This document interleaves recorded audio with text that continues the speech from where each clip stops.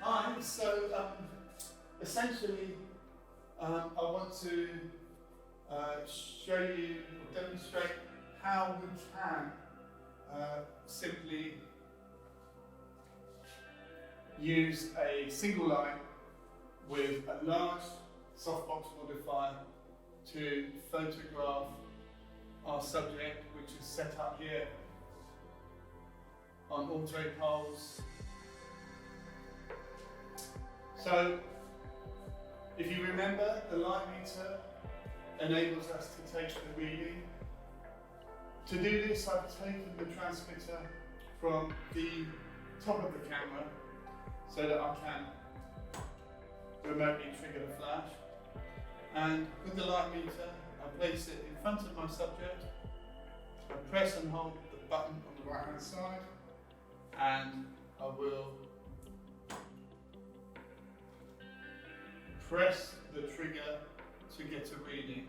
It's telling me here that is 7.1 as an aperture at a shutter speed of 1/2 of a second.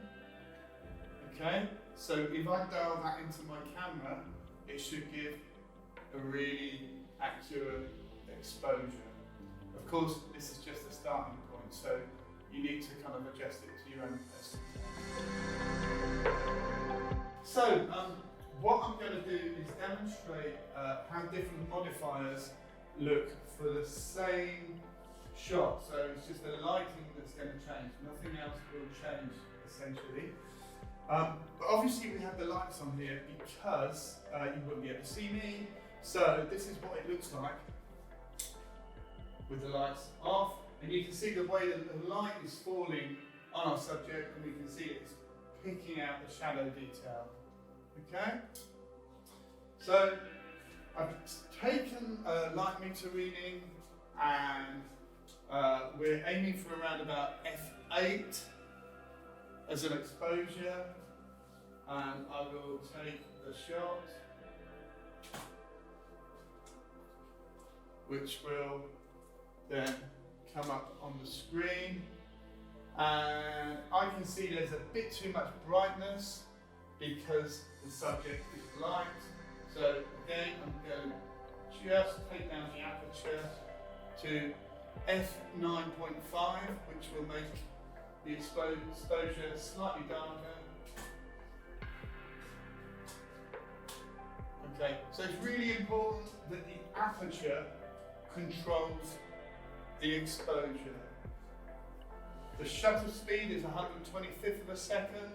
The ISO is 100. The only thing that you have to do is control the aperture to affect the exposure and make it lighter or darker.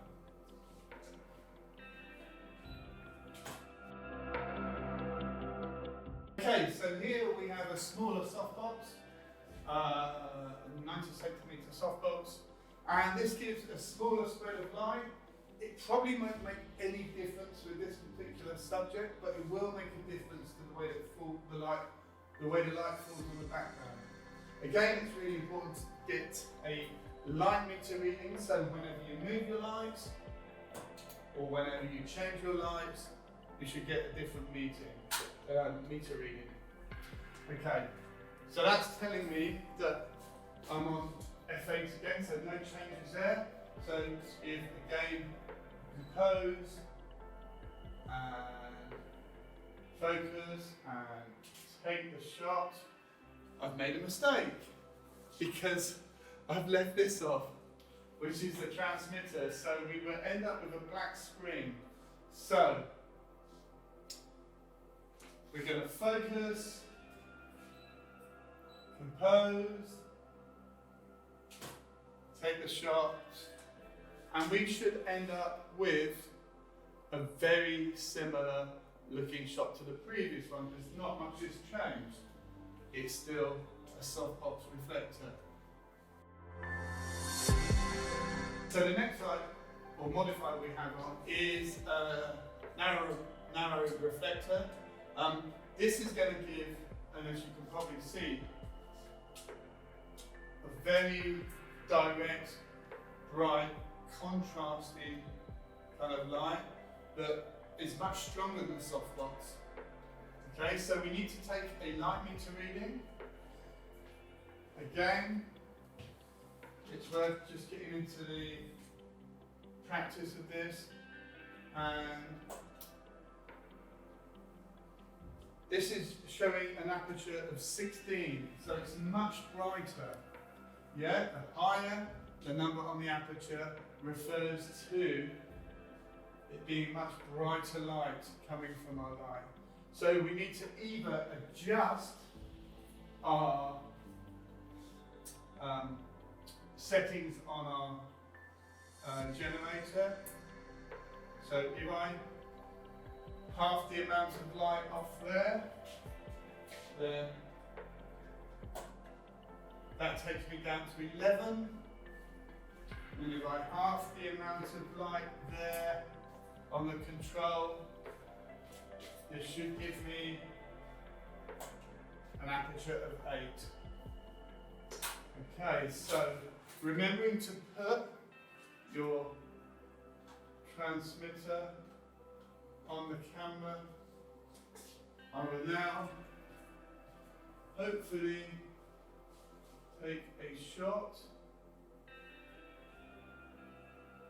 and we can see I've moved the light around slightly and we're getting a shadow on the background paper, which will hopefully become evident in the shot that we've taken on screen. Again, some people really like to have a shadow as part of the scene. It's not to everybody's taste, but working with one light, you are always going to cause a shadow. It's how you position the light to control that.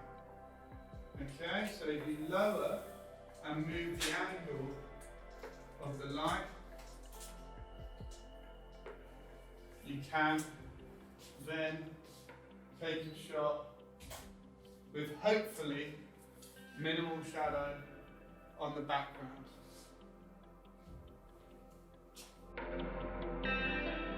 The next modifier that we have is the wider reflector, or spill kill, as they say.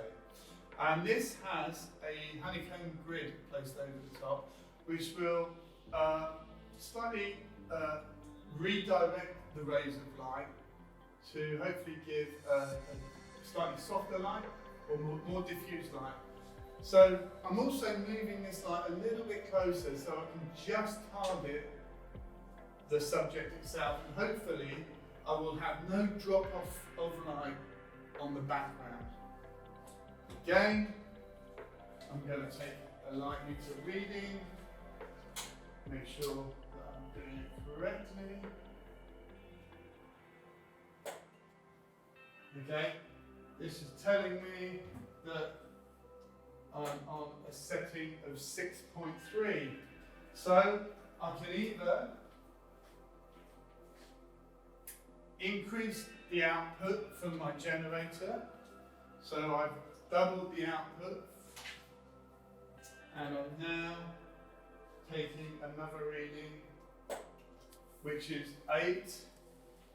Okay, bearing in mind that I want to slightly underexpose, I will keep my setting at 9.5, take a shot, and hopefully this will give us another feel and look again. I'm looking at this and it's telling me it's slightly overexposed on the side here.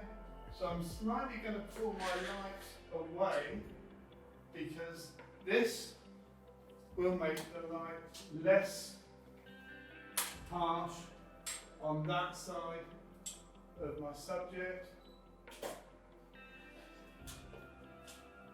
And that's slightly more like it. I'm just going to change my aperture from f9.5 to 11. So stopping down the aperture will also enable me to remove some of that really bright highlight. And again, if I stop down to 13, it will take that exposure down slightly. So really what I'm trying to demonstrate here is how you can make slight adjustments quite quickly to get the look that you want. Obviously working with one light can create harsh shadows, and because we targeted our subject, I'm aware that the background becomes much darker than maybe you would like. One of the things that's really useful and we have in the studio is a reflector. The reflector enables us to bounce back light from the light that's emitted from our flash heads to our subject, and can be really, really useful for just adding a bit of film light. So the reflectors themselves have a silver and black side, but also they can be unzipped to reveal a white and a gold side. I'll stick with the silver, but essentially it's a case of bouncing back the light by holding our reflector in a position that's going to do that. Okay, so we're going to take a quick shot.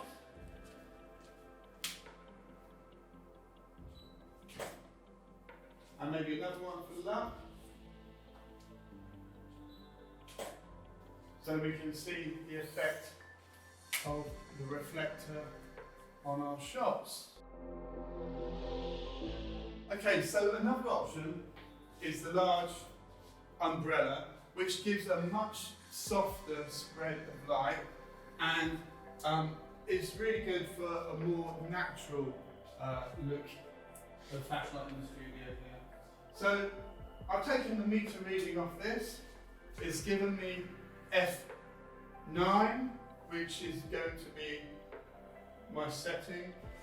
You can position these behind the camera so that you get much more of a directional front on light that is even more natural.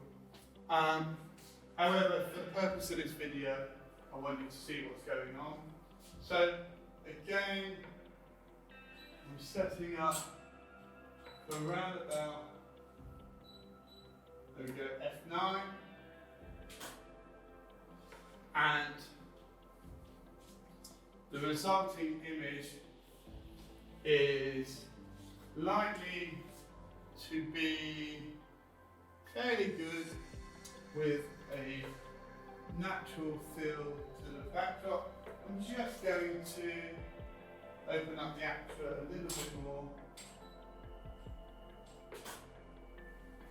and take another shot so we can see what's going on there. Now, the important thing to say is whenever you change a modifier, it's likely to change the white balance. So the colour temperature will change. And of course, you can use the eyedropper and the white balance tool here to affect that. Or you can use the camera's onboard white balance controls. Okay, I'll be offering more workshops that cover that